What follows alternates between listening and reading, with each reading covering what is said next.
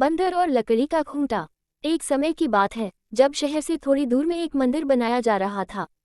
उस मंदिर के निर्माण में लकड़ियों का इस्तेमाल किया जा रहा था। लकड़ियों के काम के लिए शहर से कुछ मजदूर आए हुए थे।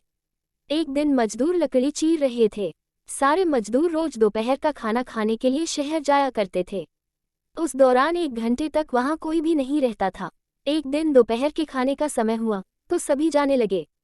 एक मजदूर ने लकड़ी आधी ही चीर थी, इसलिए वह बीच में लकड़ी का खूंटा फंसा देता है ताकि दोबारा चीरने के लिए आरी फंसाने में आसानी हो। उनके जाने के कुछ समय बाद बंदरों का एक समूह वहां आ जाता है। उस समूह में एक शरारती बंदर था जो वहां पड़ी चीजों को उल्टा पुल्टा करने लगा। बंदरों के सरदार ने सभी को वहां रखी चीजों को छेड़ने से मना किया। कुछ समय बाद सारे बंदर पेड़ों की तरफ वापस जाने लगे तो वह शरारती बंदर सबसे बचकर पीछे रह जाता है और उधम मचाने लगता है।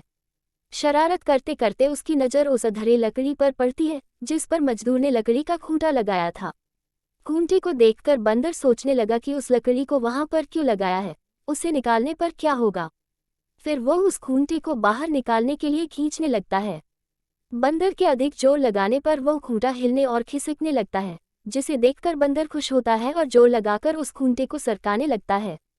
वह खूंटे को निकालने में इतना मगन हो जाता है कि उसे पता ही नहीं चलता कि कब उसकी पूंछ दोनों पाटों के बीच में आ गई।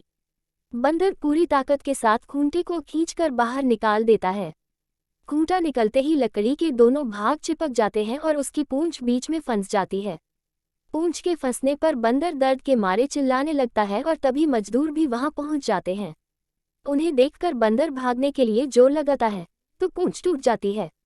वह चीखते हुए टूटी पूंछ लेकर भागता हुआ अपने झुंड के पास पहुंच जाता है।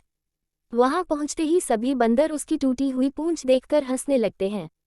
कहानी से सीख। इस कहानी से हमें ये सीख मिलती है कि हमें न तो दूसरों की चीज़ों के साथ छेड़छाड़ करनी चाहिए और न ही उनके काम में दखलंदाजी करनी चाहिए। ऐसा करने से हमें ही नुकसान होता है।